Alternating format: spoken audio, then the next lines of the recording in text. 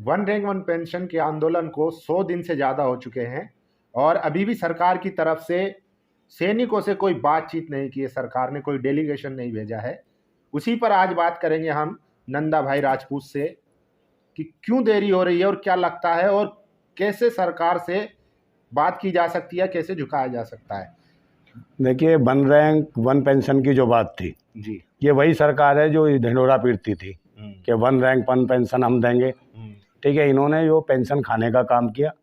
ये देश में 80 लाख पूर्व सैनिक हैं जिनकी पेंशन का मामला है और 80 लाख पूर्व सैनिकों की ये जो पेंशन खा रहे हैं, वन रैंक वन पेंशन जो है, उनके साथ दोगलापन जो कर रहे हैं, तो ये देश की जनता जान रही है। और देश की जनता को, पूरी देश की जनता को, विपक्ष नहीं है आज की डेट में, विपक्ष ने भी और सत्ता पक्ष ने भी, अगर किसी को विपक्ष समझ रखा है तो देश की जनता को, आवाम को विपक्ष समझ रखा है, उसी को लूटने का काम कर रहे हैं। उनकी गाड़ी कमाई को नोच रहे हैं ये लोग। और वन रैंक वन पेंशन के नाम पे जो घोटाला कर रहे हैं ये आने वाले समय में इनको ये नहीं पता कि कहीं ये जो सैनिक है, ये जो फौजी है, कहीं क्रांति करने पर उतारू हो गया तो 80 लाख पूर्व सैनिक है और 80 लाख पूर्व सैनिक हो गया ना खड़ा, तो इनकी लंका पोत देगा ढंग से।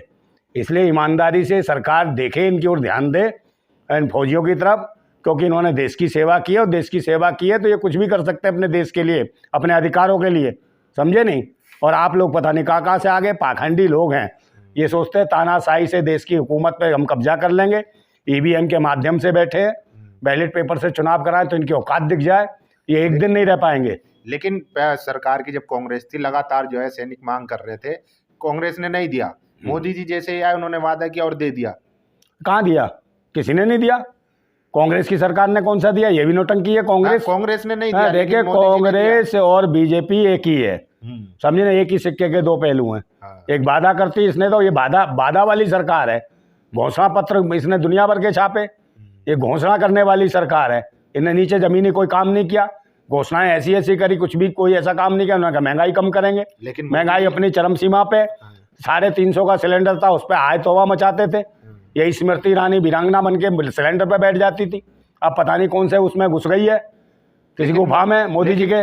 लेकिन मोदी जी बॉर्डर पे तो जाते हैं ना सैनिकों का हौसला अफजाई करने। हाँ जी, इनको तो आदत है भाई। ये है छपासजीवी व्यक्ति है, इसको छपास की बीमारी है। कहीं गुफा में, कहीं बॉर्डर पे, कहीं सिपाहियों की वर्दी पहन लेगा, कहीं आदिवासियों की वर्दी पहन लेगा, कहीं कहीं मणिपुर चला जाएगा वहाँ की वर्दी पहन लेगा, कहीं कहीं भी चला जाता वहाँ की वर्दी पहन लेता है।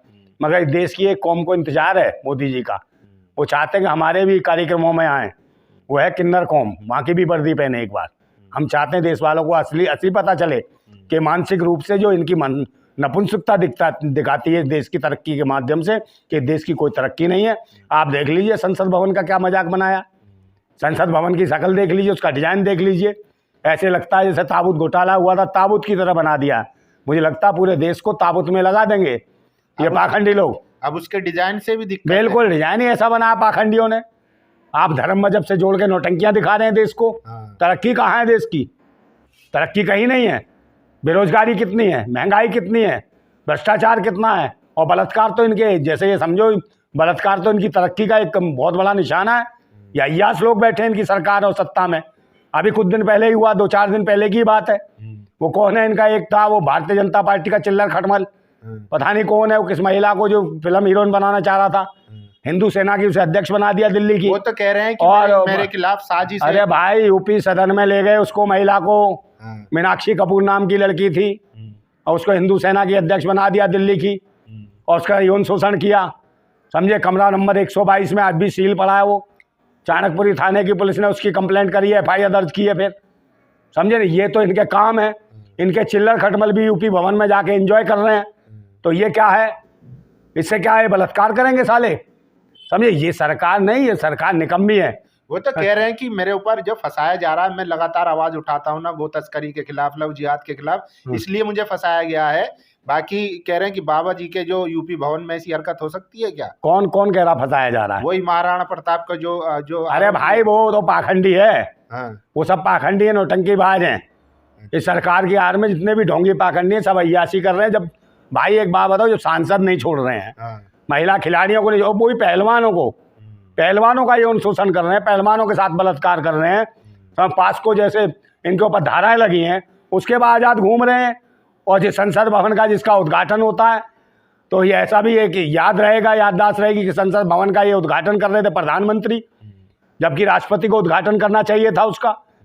तो ये संविधान का मजाक उड़ाया गया, संविधान की हंसी उड़ाई गई है। ये संविधान का एक बहुत तरीके से कुठाराघात किया संविधान के ऊपर, जो राष्ट्रपति से उद्घाटन नहीं कराया देश में उसका संसद भवन का। लेकिन उसमें राजदंड तो स्थापित कर दिया। राजदंड क्या है? राजदंड कौन सा भारत में होता है भाई? ये कहाँ का है? ये विदेशियों का है। विदेशी पाखंडी जो इस देश में आ गए, जिन्होंने कभी इस देश को अपना देश ही नहीं समझा, इस देश को लूट रहे हैं। विदेशी मानसिकता के लोग हैं, विदेशियों की नाजायज संतान है जो इस देश पर काबिज हो गए हैं।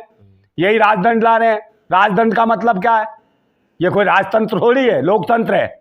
लोकतंत्र में राजदंड नहीं चलता। कल तक जो चौकीदार था आज अपने आप को राजा घोषित करने में लगा है राजदंड हाथ में पकड़ के। ये पूरे देश की जनता जानती है। आज तो कुछ नहीं है इनके पास, कोई तार्किक बात करे तो उसको धमकियां देंगे, गालियां देंगे।